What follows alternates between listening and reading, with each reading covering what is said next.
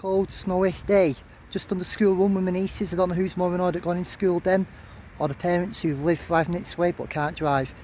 My first video this year, match day, I want to remember, was Torquay away. It was hot and it was sunny. It's only right that I turn up here today, Ice Station, Sedbury, Boundary Park, in the snow, ahead of our game tomorrow with Eastleigh. But let's get started. We won at home to Woking. Yes, we didn't just win, we scored a bloody last minute winner. How often do we score last minute goals? We don't. Very rare, we're more likely on the other foot conceding. And for a change, it was nice to win. Hang on, let's have a look. There's a gritter in Oldham. This is more rare than a last minute winner at Boundary Park. Hey, thumbs up, council tax going to good use. The Woking game though, it was a win. It wasn't pretty, it was ugly, it was a hard fought, but we did what we needed to do. We got the 3 points. Yes, we left it late. Some people think it's only Woking. Why are they celebrating a last minute goal? Again, how often do we let goals in late? How often do we think, oh shit, we've conceded? How often do we let points slip? Doesn't matter. We won. We worked hard. When we went to about 3, we got more comfortable. Of course, I missed the winning goal. Typical me, my head's got to swear, but a nice ball executed by Rooney. A good finish from Sheeran. Sheeran and Shelton in midfield now are looking stronger. The defence is looking more settled and organised, and we worked.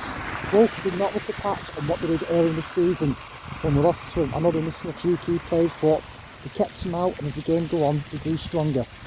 I know people are on Nuttall's case. There's a difference between being a boo boy and being critical of performance. We know we can score goals to sell, we think it's going for, but doing him sarcastically, why? Get over it. Fair play to Unsworth for coming out and counting on him. I'll put money on him getting a goal this weekend.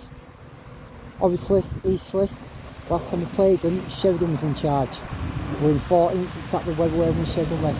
They've improved. Look at the table now. Obviously, you remind me of Boreham Wood. You don't score many, you don't concede many, so you don't know what to expect. I'd like to keep the turn the leaf now with away form. We've won 3 since Christmas. Away Dorking, Chesterfield, Barnet. Win tomorrow, it's 3 away games on the bounce. I accept it's going to be a game we may not play. We could do a Barnet and play well. It could be scrappy. Let's just go out and graft.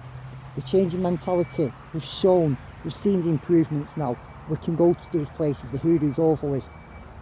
So if you are going to Eastleigh tomorrow, I am at the moment. Are you driving down today? Safe trip, safe drive. There may be another video, there may not be. It depends on if we're back in warmer conditions now. I've got my brew ready. Just getting ready to go to Eastleigh. And I'm just looking back at the other night and I'm thinking of the improvement in the team. When we last played Eastleigh, obviously it was Chez's farewell game. They weren't a good team, we weren't the best. Since then, the team's improved. For some, it's not dramatically improved. For me, the results are showing. The football's better than what it was. It may not be flamboyant, it may not be fancy. Maybe need like a Bambula player, from when he first joined. Obviously, Abraham's got a bit of pace, so was Green, I think.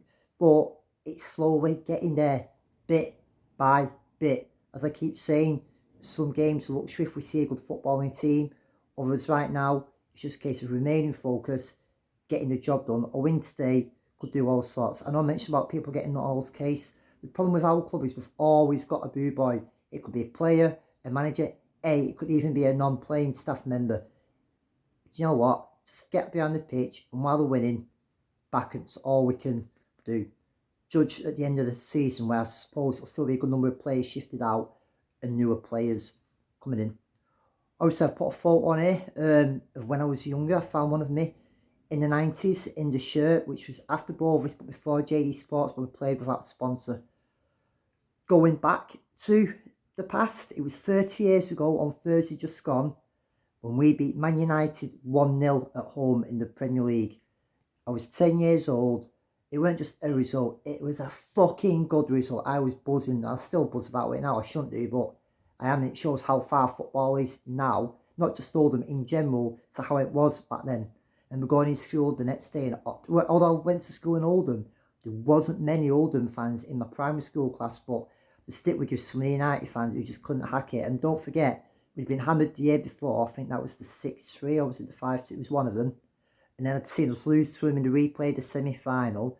They knocked us out the League Cup the first year. We got back in the top flight as well. So it was nice. It was nice to see us beat a big team.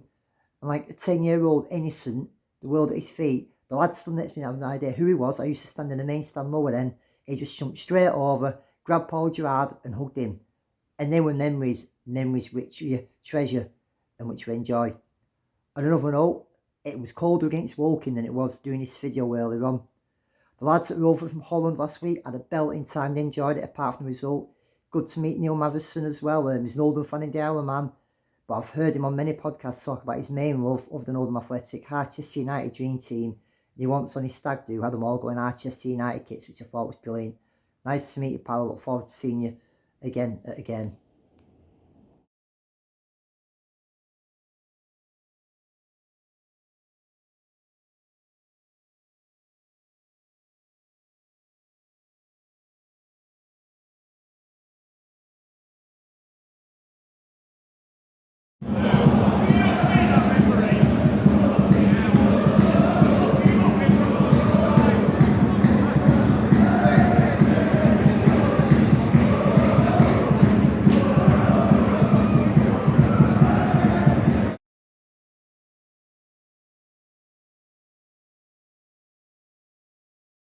Rob Cork, who died this week, a well-known Oldham fan, well thought of, well respected.